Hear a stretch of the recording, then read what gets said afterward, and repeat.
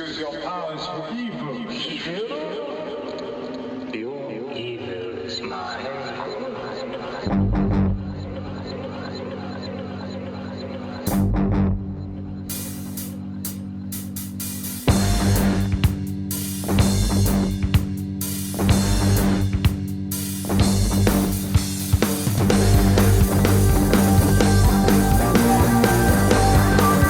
Hello, everybody, and welcome to another awesome episode of Next Stop Everywhere, the Doctor Who podcast. As always, I'm Charles Skaggs, and with me is my partner in crime and partner in time, Jesse Jackson. Hey, Charles.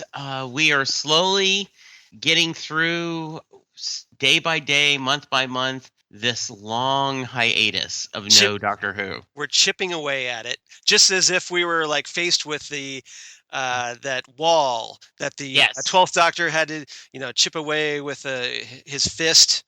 Yes, that's it. Billions and billions of times pounding on it. We are chipping away at the amber, but without skulls. Yes. Yeah, if we could avoid the whole like getting disintegrated Yes. or burnt to a crisp thing, that would be great. Absolutely. So how are you, Jesse? I am really good. Because it's mandatory in the for the drinking game. The podcast I did last week with a guy.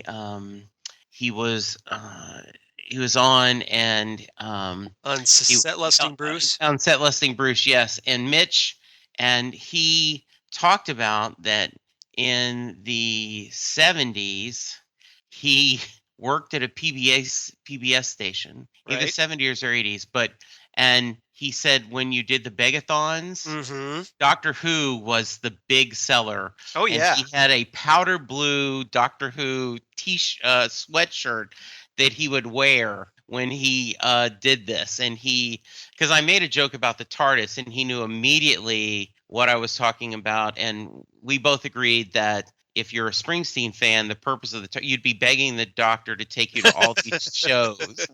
So anyway, I thought that was nice that the Doctor shows up no matter where I talk. Yeah, I would have to think that if you, Jesse, ever got your hands on a TARDIS, Yeah. Springsteen concerts would be number one at the top of the list. Absolutely. You would want to hit those early New Jersey shows, I'm sure. And then anything like big and like in the world tour or whatever. Yeah. I am fascinated by the idea that young Jesse Jackson, and there's no way I could have happened it, but in I graduated high school in 77, but in 75 through like 79, he was playing Houston, Mm-hmm. which was only 3 hours away from where Jesse, who had no idea that this guy maybe be playing 50 people in a club. So if I had a TARDIS, for sure I would go to that. And so you seem to be a man that may have been destined to run really quickly. Hey, maybe there's a song there. It could be. Yes. So now getting back to the Next Stop Everywhere podcast. Yes. We're going to do something a little different today. We're going to talk about Blood of the Daleks. And for those of you who may be going, wait a minute, I don't remember an episode called Blood of the Daleks. It's actually a Big Finish audio adventure. So if you're not familiar with it and you want to check it out before we get into this, do a little timey-wimey stuff and go to either bigfinish.com and download the episode, or take the slow path and go to like Who North America or Amazon.com or something and order the episode, because it's in two parts, part 1 and part 2. We're going to cover both today, but it's definitely worth checking it out. And I'm glad to hear that you, Jesse, seem to enjoy the episode. Yeah, I did, Charles. This is our third or fourth time that we've gone to a Big Finish audio. Right. And I really understand why so many people love them. And I think the reason I don't do more is just time. Right. It just is, it's tough. But I love when you assign us one to do, and I'm not going to steal your thunder. I want you to do a summary, but the hearing the voices in this, Mhm. immediately I felt just at home and Right. felt comfortable and was captivated from the beginning. And that's great. Because yeah, which doctor is this, Charles? Yeah, let's give a little rundown Okay. on things. This is an Eighth Doctor Paul McGann story. It's a great jumping on point. If you want to get into the Big Finish audios, I think you'll probably agree with me. This is a good jumping on point. Oh, absolutely. And Because go ahead. no, I just wanted to warn you. It starts off, it feels like in mid-story. Yes. And so I stopped it, looked and said, okay, because remember I had that problem one time before. Right. My iTunes had it on shuffle. And I was like, I don't know why, Charles, like this story makes no sense to me. Yep. So I was double checking and I'm like, no. And I even just hang in started over, and it's just in typical Doctor Who fashion. Oh, I'm just going to pick you in, throw you in the middle of the story, catch up. Yep. You will just start running, and you'll figure it out as we go. That's what that's one of the things I like about Doctor Who is that it doesn't pander. It just it trusts its audience to be intelligent and say, okay, we can just go off and running. The audience will fill in the pieces as we go, and the audience is intelligent enough to catch up. Yes, and we have an agenda, and so I'm really looking forward to going to point 4. By the way, I'm not jump ahead. Okay. Okay. So all right. So we'll get into that. Okay. Yeah. So but so this is and I'm gonna confess a little bit in the warm embrace of Who-ness, and I may get the patented Charles Skaggs disgust groan of love. But when I saw this Daleks, I went, really? We're going to the Dalek well again? Yep.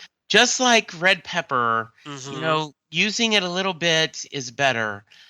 But there are a lot of Dalek stories, so yeah. There are. And this, though, was a great one. Because I did not feel like it was overused. I think it was a great story. Even with the name of the Daleks in the episode title, there still was a little bit of surprise. Good. I mean, not as in Babylon 5, oh my God, I can't believe they did this surprise, but oh yeah, that makes sense now. There are definitely a couple of twists. Yes. We'll get into that. Give you a little quick background.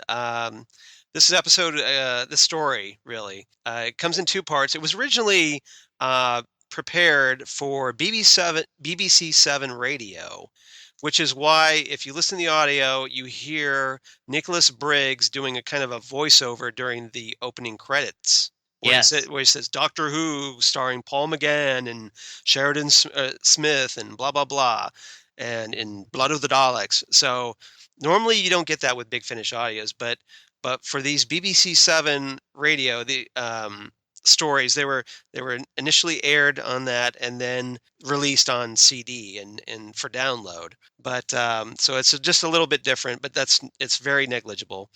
It's still a Big Finish production, so there you should know the quality involved. And Charles, that didn't bother me. In fact, in a little way, I felt comforting by it. It was not like, it wasn't the soundtrack in season 1 of Sports Night where you go, okay, we don't need this. Yeah. It was well done. Right. And this was from 2006, so it's just a year into Doctor Who's return for New Who. So the influences haven't quite hit Big Finish yet, I don't think. It was written by Steve Lyons, who has written a number of Big Finish audio adventures, and introduces a new companion for the Doctor, for the 8th Doctor, Lucy Miller, who is a very popular Big Finish audio companion. And I know you're going to talk about that, but I think I immediately kind of ears perked up when I heard her because of the famous, the Night of the Doctor, right? The small Paul McGann. Exactly. She's one of the companions the Doctor name checks. Yes. In the Night of the Doctor right before he regenerates. And plug, Mm-hmm. go to the earlier feed when I was lucky enough to interview Paul McGann. Yep. He mentioned how happy he was that was in the script because he said it makes all the adventures we did canon. Right. So And therefore, Lucy, this story that we're covering right now is actual Doctor Who canon now. right. So and Lucy Miller is played by Sheridan Smith, who has gone on to be quite a noted actress. She's received a lot of BAFTA awards for, like, I think doing West End productions and whatnot, and some other acting roles. But thankfully, she's great here. She plays this northern lass who is sassy as all get out, and also guest stars a certain actress by the name of Haley Atwell. And you Yeah, may find that name familiar just slightly. if you're a fan of Marvel movies and the Agent Carter TV show. Yes, um I did not catch her till you pointed it out, Right. because just it didn't catch in the Click. voice. Yeah. But she's really good in this. Yes, she is. Yeah. And we'll get into that. But Yes. so Jesse, I'm gonna start off the discussion with asking you your first impressions on Lucy Miller. Um, it's okay. I apologize in advance. And I'm deliberately, my tongue is in cheek. Charles can see me as we're recording this. Look, Yep, there you go. she was a non-irritating Donna. and you know that I have slowly become She's not as clueless as Donna, though. Right. She's a little smarter. yes, but she has the bickering Mm-hmm. of the Doctor with Donna, the little bit I don't want to put up with you, which I know that to a certain degree Clara and Amy and all these had, but I think Donna's relationship has been in a lot of ways unique. The not as much affection. Like I think when Amy gets mad at the Doctor, like a good example when at the end of one of the Christmas specials, she's like, "There's always a place for you," and kind of the way that you would kind of punch your best friend on the shoulder. I was impressed with her right away. Right. To quote another obscure pop culture reference that half our audience won't get, she's got spunk. I hate spunk. Yeah. Look it up, guys. Yeah. I did. I just really liked her right away, and was wow. I did look up the actress because I thought she really held her own. She has a fair amount. The story does some parallels, and Right. the chapters go back and forth because they're separated. Mhm. And I was just sometimes, and maybe it's just me, Charles, but you kind of go, the scenes where the Doctor isn't involved are like Peanuts, adults, blah, blah, blah, blah. Yeah. blah. You're like, yeah. I'm not really paying attention. I just want to get back to where the Doctor's being clever. Right. In this case, I loved both of them. And she was, I'm hoping in this year journey that you pick us another couple of Lucy episodes because I liked her a lot. I'm pretty sure I could arrange that. Okay. I'd like to point out, this is why that I actually enjoyed Donna more than you did, because I had heard Sheridan Smith as Lucy Miller first. Because this was 2006. Remember, this was before Donna aired in 2009. I mean, we kind of got her in 2006 Christmas special, right? The Runaway Bride. But yeah, we really didn't get a full taste of Donna until 2009 in Series 4.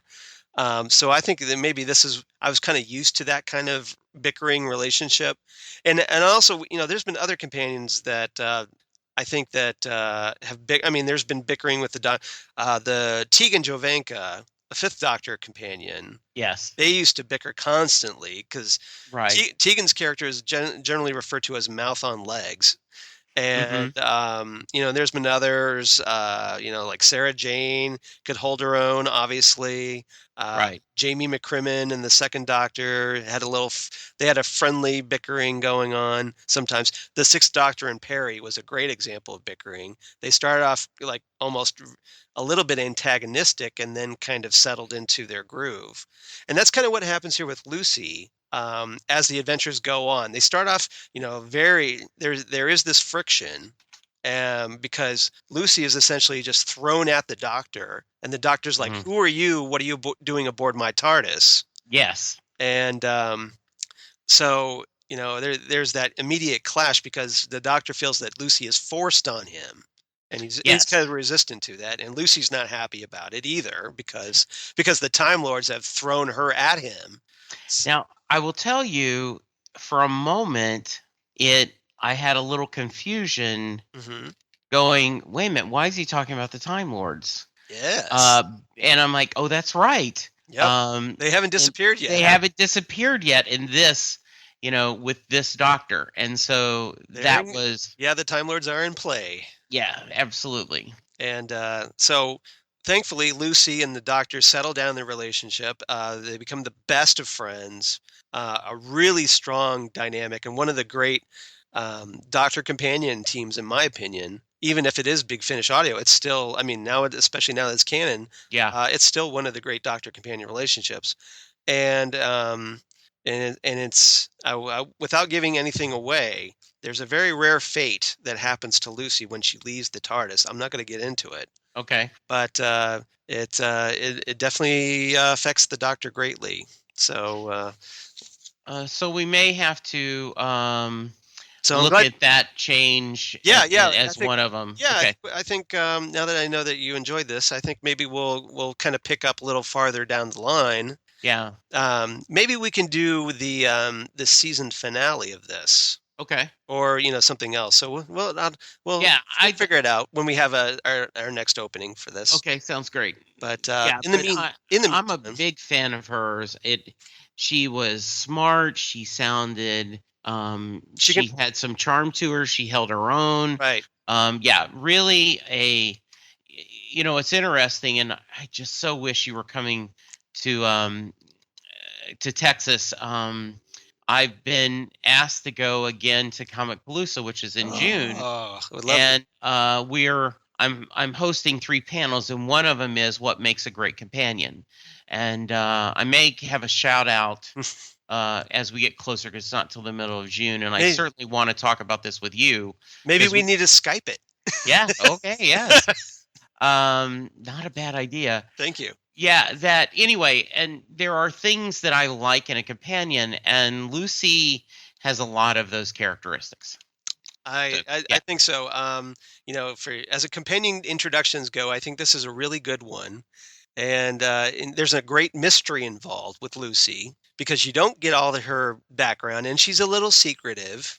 Yes. So, which makes makes the Doctor intrigued because there's a mystery here, and so the Doctor is immediately drawn to that. Yeah, just like he's never going to pass a Fez without putting it on.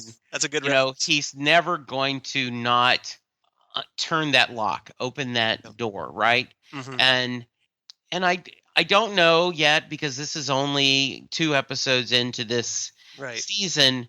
But Charles, it doesn't feel as labored as the Impossible Girl story. Right. It. Yeah. Well, it's definitely not as complex and intricate as Moffat, if that's where you're thinking. Yes, and that's exactly what I'm thinking because. And that's that can be a good thing. It can, and I'm not. You don't have to overthink it. Right, and you and I are kinder to Moffat than some of our fans. Most people, it seems.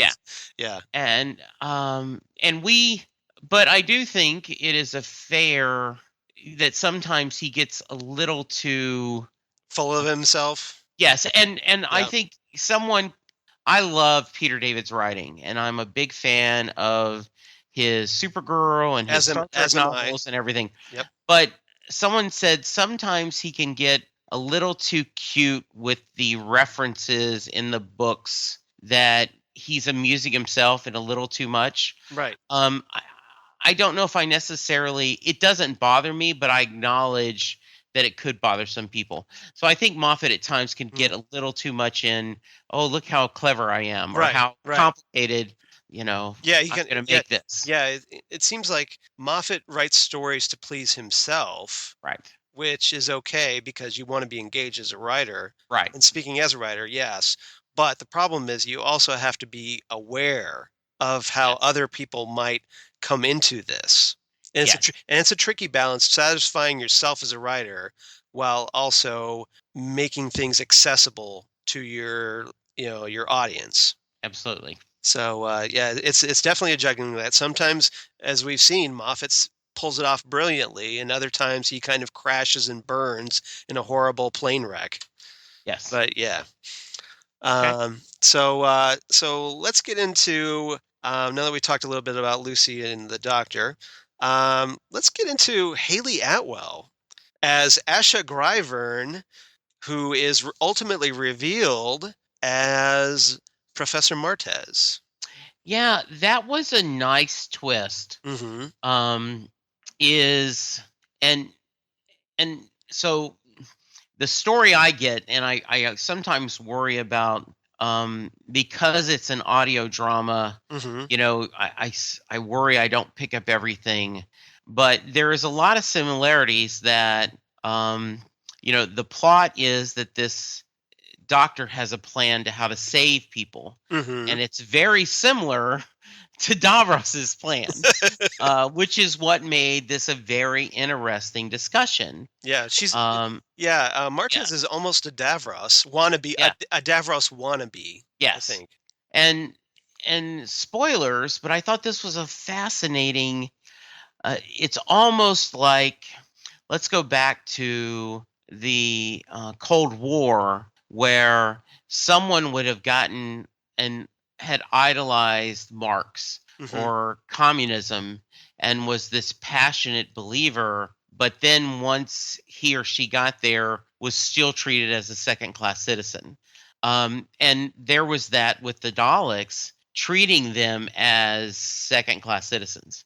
And I thought that was a really interesting plot point and a commentary of, of course the Daleks are evil, Yes. but this whole class structure was pretty cool. Yes. Yeah, I think so too. And one of the things that I found intriguing about that is, it plays up the Daleks' inherent racism. Yes. And desire for purity. Yes. Because essentially, as we know, the Daleks are kind of Nazi analogs. Right. They're essentially a science fiction version of the Nazis. Or Ku Klux Klan. Or Ku Klux Klan. Yeah, but definitely Nazis. Absolutely. Yeah, so on top of wanting to exterminate and their kind of xenophobia about wanting to get rid of anybody that's not them. Yeah. They also have their own desire for racial purity. Yes. Because, and here Martez essentially tries to create her own Daleks. Yes. And his own Daleks. It's pick a gender, any gender with this and that because of that, they're the regular Daleks, the actual Daleks, consider them as these perversions, mutations, what have you, and therefore they're not pure. So immediately these two factions of Daleks are butting heads. Yes. Or eye stalks, take your pick. But yeah. And it doesn't end well for really either group in this. No, it doesn't. This story. It doesn't. And I know, because listening to Fandom Zone, how much you and Karen love Agent Carter. Yes, we do. And it's a very fun show. It is a fun show, and it's a good show. And Haley Atwell is amazing in this, and Bridget Regan. Yes, them together are just gold. That was just one of the. I mean, I have to think that, as far as I know, we're digressing here. Yeah. But if you listen to the Fandom Zone, we do this. We digress all the time. Yeah. So Bridget Regan as Dottie Underwood, this kind of prototype Black Widow. Mhm. is just phenomenal, and that kind of antagonistic relationship. And there's a great episode that just we're going to talk about the Fandom Zone actually later. Karen and I, Okay. we're going to talk about that with this latest episode of Agent Carter, where Dottie helps Agent Carter Right. in a mission, and it's just gold.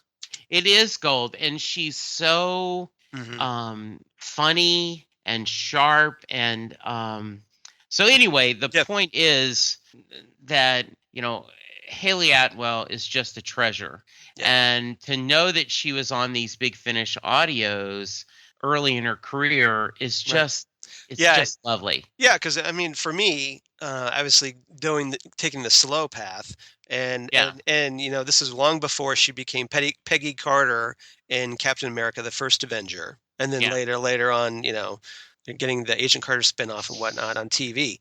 Hmm. But so when I went, going back, having didn't at the time didn't know who Ailey Atwell was, for anybody. It's just another actress. But then Yeah. realizing years later that, oh my God, Haley Atwell was in Doctor Who. Hmm. And then finding out later on that she's actually a big Doctor Who fan. She watched it. If you listen to the kind of CD extras in this story, she talks about how she used to watch like the Daleks on TV with her sister, and they would go around playing Daleks.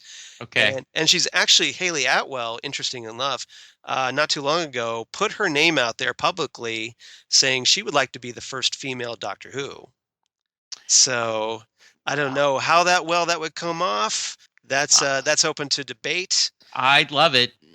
but I think she's a good enough actress to pull it off. That's for sure. Absolutely. So Yes. if anybody's going to do it, I'd say Haley Atwell would be a good pick. Yes, absolutely. But here, as Martez, I mean, she gets kind of a dual role Yes. because she has to pose herself, or come off as this assistant to Professor Martez, Asha Gryvern, Hmm. and then eventually throughout the story, she gets revealed as, oh, by the way, Professor Martez killed the real Asha Gryvern and kind of cloned her body and took over, like implanted his memories or brain or whatever in her body. Yeah. And took over her life, so to escape. Yeah. Previously on Red Rocket Rising. So Yeah. so she gets to like flip the switch and become the big bad of the story, and it's pretty interesting. Yeah, I it's really nice. It's very good. Because here she's only like, I think 23 or something maybe when she Yes. did this. Uh-huh. Around that age, and so yeah, it's like 10 years later she's doing Agent Carter, so you can kind of see how far she's grown as an actress. Okay, good. And so because this is a Dalek story, one of the things I want to talk about with you is, do you find the Daleks more interesting on audio than you do on TV, or about the same? When you don't have to see them, you don't have to see that plunger sticking out. Do you find them a little bit more intimidating and scary? Because Nicholas Briggs does do the voices here. And supposedly, he has a different voice for every Dalek. Right, I've read that. Right. I hadn't thought about this, but it's a tie. I think maybe a little. The audio is maybe just a smidgen better. Okay. I will tell you, as I've now embraced the Daleks. At first you're like, I don't get this. This is a weird looking creature. Right. What is it? What's up with this? Yeah. What is this plunger thing? Yep. But I have watched enough now that I don't go, oh, what's this plunger? I go, oh, it's a Dalek. Right. So I think maybe just slightly that it does work well in an audio because of their distinct voice and the way the way he does the voice and the metallic sounding, mechanical sounding. Yeah. They are a great villain for audio. Yes. So yes, because they have that that alien mechanical voice. Right. And and Nicholas Briggs does different Dalek inflections to distinguish his various Daleks. Absolutely. because you've got the Supreme Dalek here in the story, and you've got regular Daleks, and so yeah, he has to kind of distinguish because it's audio. You have to distinguish them somehow. So, And Charles, do yeah, you find it? How would you rank the two? I would. It's kind of different because I see it as apples and oranges. Yeah. Because with visually, you can see them exterminating someone, and it's very cool and Okay. visual. And you get to see their heads swap, Yeah. swiveling around, and you can kind of see their expressions almost. I mean, it's hard to Hmm. say because they're inside this little Yeah. metal tank, but their reactions to things, and they interact with the characters. Here on audio, you're obviously not looking at the visuals, so you concentrate on the voice, Yes. and you get a better vocal performance, I think, Hmm. as a result, because because you can't show them visually, you have to kind of compensate a little bit. Right. So Okay. and then you could just kind of let your imagination, as you're listening to Yeah. the audio, kind of fill in the gaps and go like, "Oh, that's cool." Yeah. You can kind of picture how scenes might go in your head, and it might be usually because it's your imagination, you come up with something 9 times better than what you would see on television. Absolutely. So the power of suggestion. Yes, Yes. indeed. All right. So moving on, we had at the end. There's a very interesting tease. Okay, so you've skipped us discussing Paul. Oh, we did? Okay, well, Yes. let's talk about Paul McGann's Doctor. You're right, because We did talk about the we did big ring, Yeah, that's where we got. You're right. and so that's why, yeah. Good point. So let's stop and pause for a minute and go back to Paul McGann. So, Thank you for that. no, I have a complicated relationship with the Eighth Doctor. I was For the record, new. I'm rocking my Thank you. Paul McGann shirt as support. So I had just fairly new Hmm. getting into Doctor Who. I ordered the Fox movie and watched it and thought it was okay. Right. Ken and I discussed it at lunch, and he was like, and you just have to understand how excited we were to get new Who. Yes. And that it was connected. And we've talked about that. Yes, Yeah. we have talked about that. So then the 50th anniversary happens. Right. The Night of the Doctor. And once again, we have talked about this as well. What a wonderful surprise that was, because it had not leaked. All you know is, and then later people spoiled it. The Eighth Doctor returns in this snippet. But first it was just prequel of the 50th anniversary. And you click, and those lines, Yes. I'm a doctor, perhaps not the one you're expecting. Yes. And you just go, oh my God, it's the Eighth Doctor. Yeah, Oh my God. Yeah, my voice is so high. And I'm just, wee. yes. And that little complex short movie made me love him. The mini episode. So so you got more out of that 6 minutes with a mini episode than you did for the entire TV movie. Right. Okay. Now, going back to the TV movie, once again, you develop a taste and you can appreciate the Doctor. I have enjoyed the movie when we watched it again to talk about it. And so, but I now, I'm a big fan of the Eighth Doctor. And so, and not just. So here. When I hear his voice. Yeah. And you can testify, I emailed you, I've started and I'm already hooked. This is awesome. Yes, this is true, listeners. He did indeed do this. I just immediately he totally fanboyed. I did, just hearing his voice, and he has such a great voice. It is just so resonant. Smooth. Yeah. It's like expensive bourbon to throw in there for Linda. Yeah, I mean, you just got your little snifter glass and you're kind of swirling it around as you before you take a sip and sip it. And how he's not manic. He's not like some doctors like, what are you doing in my TARDIS? And no, he's like Tennant. Yeah. This is odd. Why are you here? And we'll just, and I was captivated immediately. And I now understand if more fans listen to him on these Big Finish, how he could become beloved, even though he's been in only 2 actual visual Television, representations of the Doctor. televised, yeah. Yeah, Yeah, because I mean, as again going the slow path, yeah, the watching Paul McGann the TV movie, and then hearing these Big Finish audios, and then when we got the return in the Night of the Doctor, that was just like, oh, we get to finally see the Eighth Doctor on television again. yes. After listening to him and for years, and on Big Finish audios, and then it's like, we get him on TV. This is awesome. This is fantastic, and you're just, this is great. And once again, I hate to be, going back to the well, but I brought that up to him when we interviewed him, and he said part of the reason it was so easy for me to slip into character as the Eighth Doctor was me staying with him in these Big Finish audios. Right. Kept it fresh in his head. Yes, and we've talked about if this season is Capaldi's final season. I am sad but excited we're getting a new Doctor, but I don't think it's a tragedy because we've had a nice journey.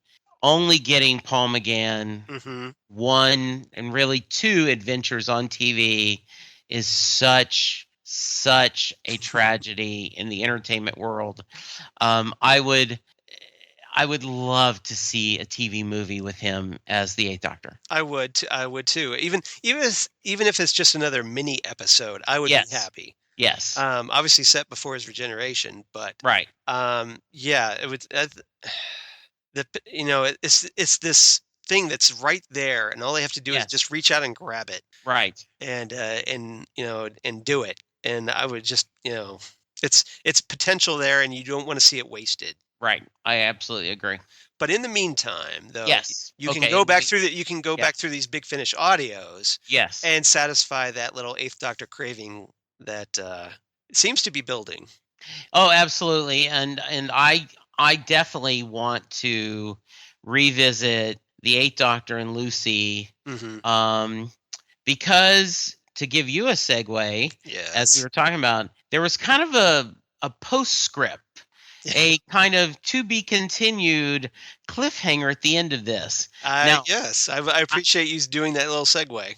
I don't want you to spoil what happens, but I would like you to give me a little more information of what were they setting up and how long did this kind of mystery last. Okay, so without spoiling it. Thank you. Okay, I know that I'll try. I have to be careful here because I do the best reviews contain spoilers. They do, especially on Damn Good Coffee and Hot.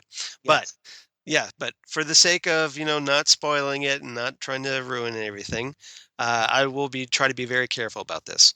So at the end of this story, there is a little teaser, and it's essentially what pays off in the season finale of this particular run of Eighth Doctor and Lucy audios.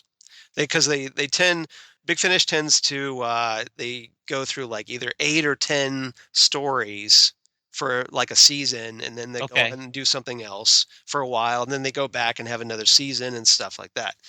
So, at this end of this first season with the Eighth Doctor and Lucy, there is a story called Human Resources. Okay. And at the end of this original story, Blood of the Daleks, there's a character that shows up called the Headhunter. Right. And portrayed by Katarina Olsen. Mm-hmm. And she gets recruited by a guy named Mr. Hulbert. Okay. Who apparently she's tasked with finding Lucy Miller. And because she's traveling with the Doctor, that means that she has to track her down throughout space and time. Right. And they come across each other throughout the course of the season here and there. And then there's that big payoff in Human Resources, which I will not spoil. But and we find out what the deal is with Mr. Hulbert and his connection to the place that Lucy was originally supposed to go to work for. Okay. So, and we get a little explanation about why Lucy is so important and why the Time Lords were put her with the Doctor.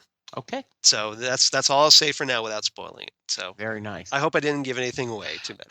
No, I'm just But yes, there is a payoff. So if you're okay. Good. listening to this story, ultimately, this is the bottom line. If you're listening to this story and you hear the end, you're like, okay, I'm a little confused by that. Relax. There's a payoff in a different story called Human Resources. Okay. Because I'm listening to this versus watching it, I tend to not make as many notes because I'm concentrating on the story. Right. So I do not have quotes, but if you have some, I would. have some quotes here. Okay. So I have a couple quotes here. I liked Lucy's line where she goes, Lucy gets all the best lines in this episode. Okay. Normally it's the doctor that gets the best lines. Not so with Lucy. Lucy gets all the great lines. So Lucy says first that she goes, now that's what I call a spaceship. Proper saucer shape and everything. I did like that line. Like A that nice little. Because she's digging on the TARDIS. She's like, Yes, this she's little like- box. She's like, that's not a spaceship. Yes. And then she has another line when she gets to see what's inside a Dalek casing. She goes, so that's what's inside. Ugh, it's like someone threw up a squid dinner. Yes, those are both awesome. So I just thought those were fun. Good. So what was your rating for this story? So I would give it 9 red rockets. Ooh, very nice. Yeah, I really like this. We're gonna And definitely have to do some more Eighth Doctor and yes, Lucy. yes, they are wonderful together. And if you want to check them out, like I said, you can go to bigfinish.com or Who North America or Amazon.com, some other place. Yes. But definitely worth checking out. Absolutely. And I trust they have your recommendation. They do. Okay. I give this one 8.5 out of 10 deflected asteroids. Nice. Because I know there are bigger things in the offing. So I kind of Oh. kept my grade a little low because Okay. there's even better stuff to come. Yeah, I almost gave it 8, and then I said, don't try to couch it. Just the reality is, you love this. I listened to it, and I really enjoyed this. It's a little under 2 hours. It's a great story. You get captivated in the world. And it's a great jumping on point. You don't need to know anything pretty much, really. Right. If you have any passing familiarity with Doctor Who, you can just dive right in and you're off and running with the Eighth Doctor and Lucy. Absolutely. So Charles, you're doing double duty. Yeah. Not only are you driving and you've picked the episode, but you're also still doing reverse the polarity. I can do it all, baby. But yes, you can. But if you have one, I'm open for it. No. We talked about this via email, and I said, and that's why I really want to hear yours, that you've got a couple things to go. You can go a Dalek story, right? Or you can do introducing a companion story. Mm-hmm. And so the Dalek Asylum is a subset of both stories. Asylum of the Daleks. Yes. Okay, so went with Asylum of the Daleks. If I had to pick one, though, I wanted to. No, that's a good one. Go ahead. Go ahead. For those of you who don't know, this was the episode that introduced the new sort of. Yes, Sornia. Sort of. But it was a huge secret. Yeah. In fact, when the Doctor and Amy and Rory are teleported into the Dalek homeworld and they talk about there's a problem down at where they put all the crazy Daleks, which is, jumbo shrimp and military intelligence. So picture the Daleks who you don't want to meet anyway. Yeah. Putting the other Daleks that even the Daleks don't want to deal with. Yes. They lock those away in this asylum planet. And and we get the introduction of Jenna Coleman. Right. But not as Clara Oswald. Right. She's actually introduced as Oswin Oswald. Yeah, and it was a huge surprise. Mm-hmm. And when I'm watching it, pause the DVR, and I'm looking up, going, "Wait a minute, that's the new companion." What's going on? I thought she wasn't going to be introduced till later. What? And then she gets revealed as a Dalek. Yeah. And you're like, "Oh my God, the new companion is a Dalek? What?" So a really good story, really well done, and kind of like I said, that subset of both genres. So, That's a great recommendation. yeah. So, what did you come up with? I came up with something. I went the instead of going the Dalek route, I went with the companion route. Okay. And I picked in my reverse the polarity, the Runaway Bride, the 2006 Christmas special written by Russell T Davies, which introduced the aforementioned Donna Noble. That was on my list. Part of the problem, Charles, and Mhm. as we diverse again, Yep. get on a tangent, when you reverse the polarity, Mhm. you don't have as many episodes to pick from. So, you feel Yeah, like, you're getting more all the time. yeah, we are getting more, but, you feel a little bit like, well, we've talked about these episodes. It's not a little hidden gem.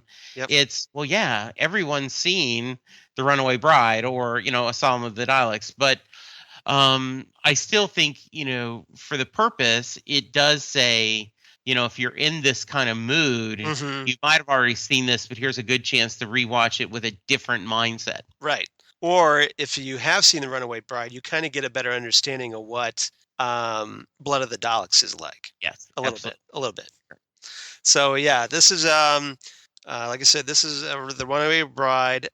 So following the events of Doomsday, we have the 10th Doctor along in his TARDIS when all of a sudden Donna Noble shows up in her wedding dress, and you get the typical Tennant, what? What?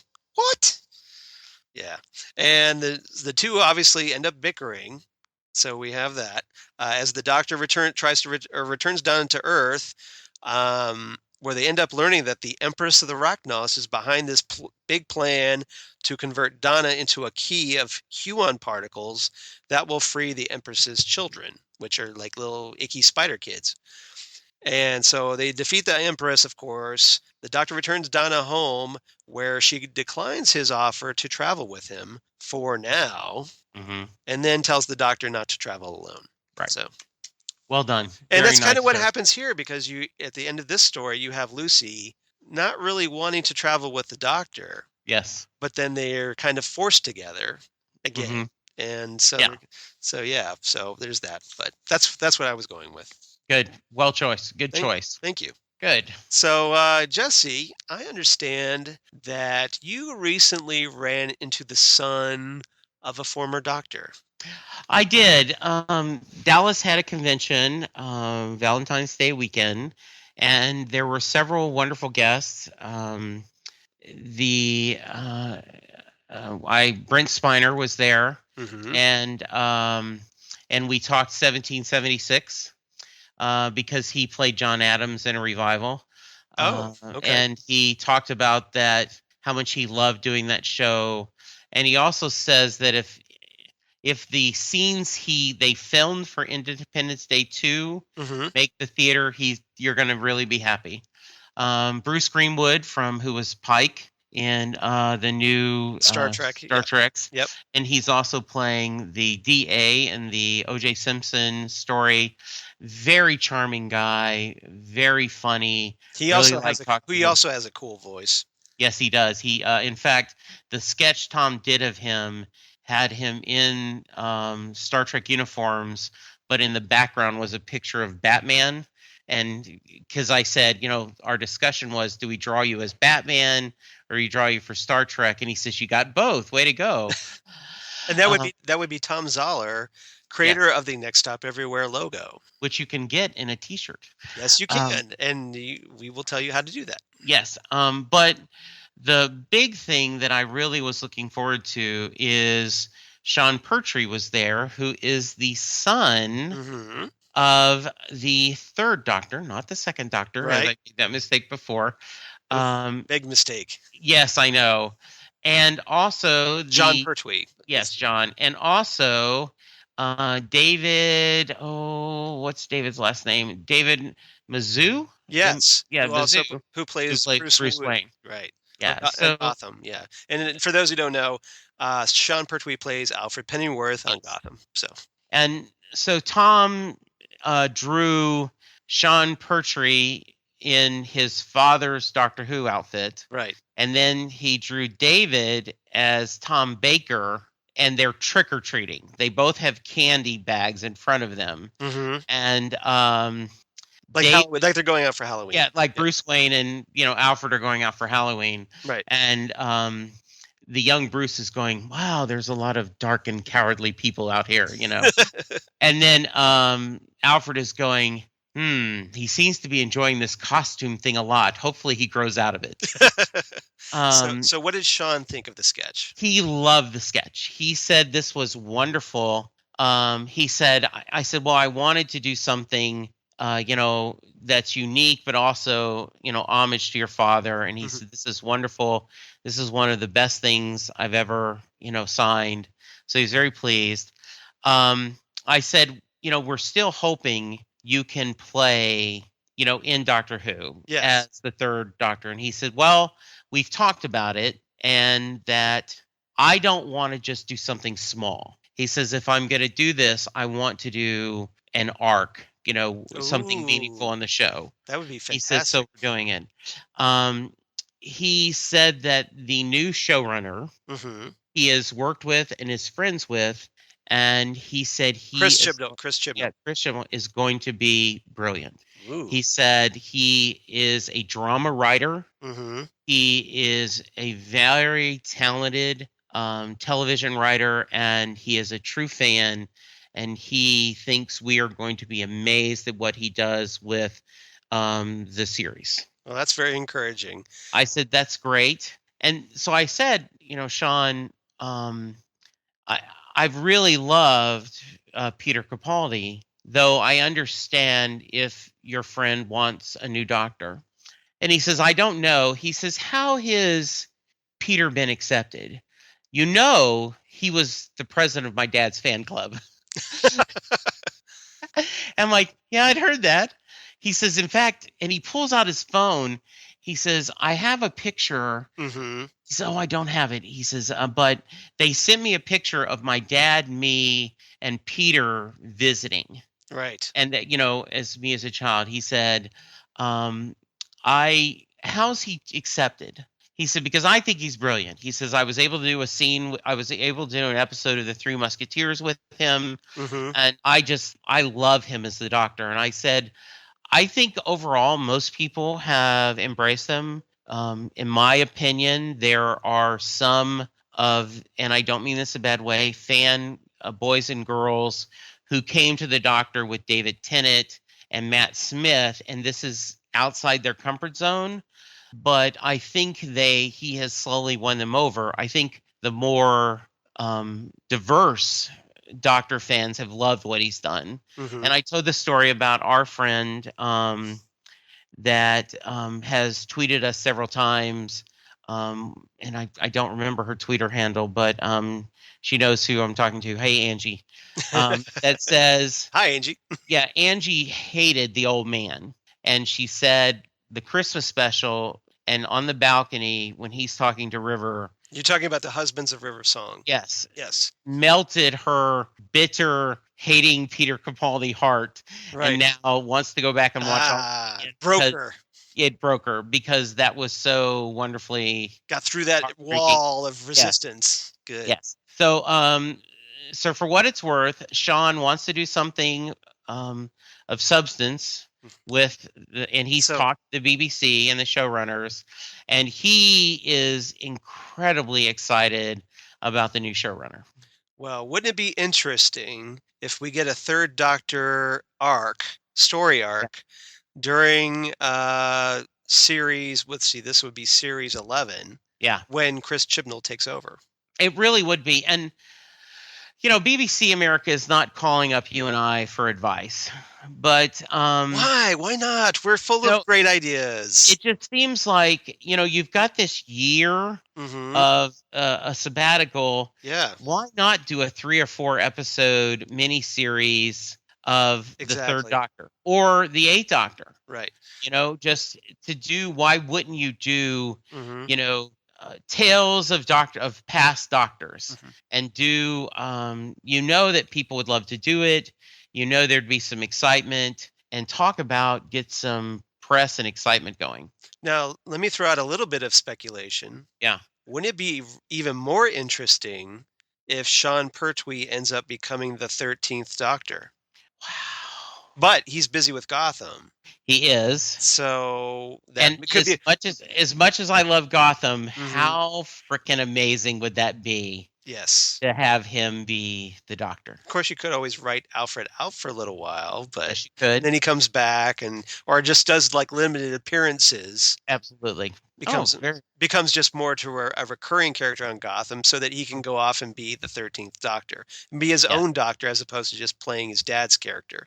I think that would be amazing. I'm sure he'd be happy either way. Absolutely. Because we know that Sean has dressed up as the third Doctor for Halloween. He's posted pictures on his Instagram in a third Doctor costume. So I think he would be comfortable either way. Absolutely. I mean, oh, how wonderful. So that was it. It was a fun convention. It was great to get their signatures and fun to talk to. The big crowds. And so the next big convention I have is Memorial Day weekend at Space Comic Con down in Houston. Alex Kingston is scheduled to River Song appear, and I was almost tempted to buy the VIP pass, but when you start adding the money, you're paying a lot of money just for access. Because if you go, okay, if I get a picture, if I get a signed autograph, I get in, that's only half of what they're charging for the VIP. Don't know if it's really worth it. So, but I will put out a little warning about that, though. Yeah. Because as someone who purchased an advanced autograph from Alex Kingston at last year's Salt Lake Comic Con. Right. And then ended up kind of getting stiffed because Alex was forced to cancel. I believe because she was ending up appearing on Arrow again because of that. Or Doctor Who. Maybe she might have been filming The Husbands of River Song at the time, which is fine. Problem is she didn't go out. She canceled the gig, and then I end up getting stuck for $40 that I didn't get reimbursed for because Salt Lake Comic Con. Yeah. So it's going to be a pretty big Who show because Billy Piper is scheduled to be there one day, and they just announced. Buyer beware. Eve Miles is attending as well. Right. So could be a lot of fun. Yeah, who played on Torchwood? Torchwood. Wayne Cooper. Yes, absolutely. That would be interesting. Yes, it would. So anything else to cover, Charles? No, I think that about does it. Okay. Next time we're going to talk about. We're going to go as we keep going back to doctors. Still waiting for the War Doctor audio CD. I'm hoping it'll be released Monday. We'll find out. But if it's not, we're probably going to cover next time. We're going to go back to the 7th Doctor with a story called The Curse of Fenric, and you'll be glad there's no Daleks in it. Okay. So it's kind of pretty much regarded as the 7th Doctor's best story. Ooh, okay. So of his he only had 12 stories, three seasons of 4 stories each. But this is kind of regarded as the best, arguably. Okay. This one and so we'll see.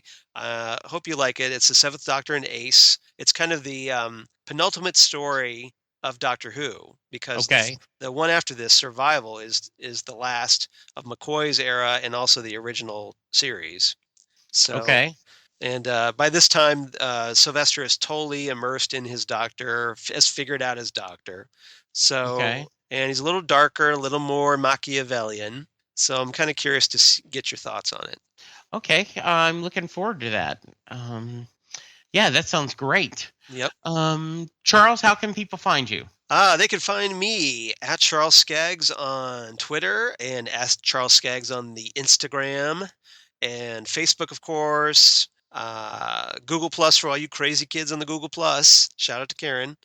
And my blog of geeky things, Damn Good Coffee and Hot, where I talk about a lot of things like Doctor Who, Next Stop Everywhere.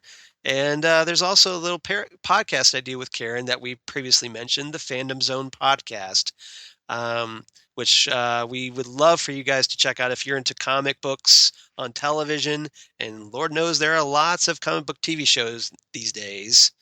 We're going to be talking about 8 of them tonight after I record this podcast. Okay. So we have our plate full. So if that's your thing, come check us out on Phantom Zone Podcast. Absolutely. I am at Jesse Jackson DFW, and also on Set Listing Bruce. Mm-hmm. I have some interesting episodes coming up this next week in real time. Not sure when this will get out, but Hopefully soon, Rob. Yes, including wink, wink. I'm interviewing Patrick, who wrote a simple little note as a joke to his wife. His wife is a teacher, and he knows everyone at the school's office. And he wrote a cute little note excusing his daughter from being late to school because they went to a Bruce Springsteen concert. And he wrote it mostly to amuse his wife's coworkers, posted on Facebook, and it went viral. It did go viral because I even saw it on my local news here in Columbus. So he is on the show. I've already recorded the podcast. That's a really good get. He was so funny, and it's a really good story. He talks about the bad of it, how some people took it a little bit too extreme. He talks about the doctor and talks about Bruce, and we talk about baseball. The doctor. Oh, no. He doesn't talk about the doctor. Not this one, but he does talk about Star Trek and baseball. Okay. So that's good. So anyway, Charles, thank you as always. This was a lot of fun. Appreciate you being flexible on the schedule this time. No problem. That's why I'm here. As long as we can get these out, that's all. Absolutely. And hopefully, Mr. Recorder is working. Yes, I know. I have stared at it all the time, going, please, please, please. Okay, so before we crap out, yes, and things go kablooey, we will say goodbye for now. Yes, and we will see all of you again in time and space. Bye, everyone. Bye.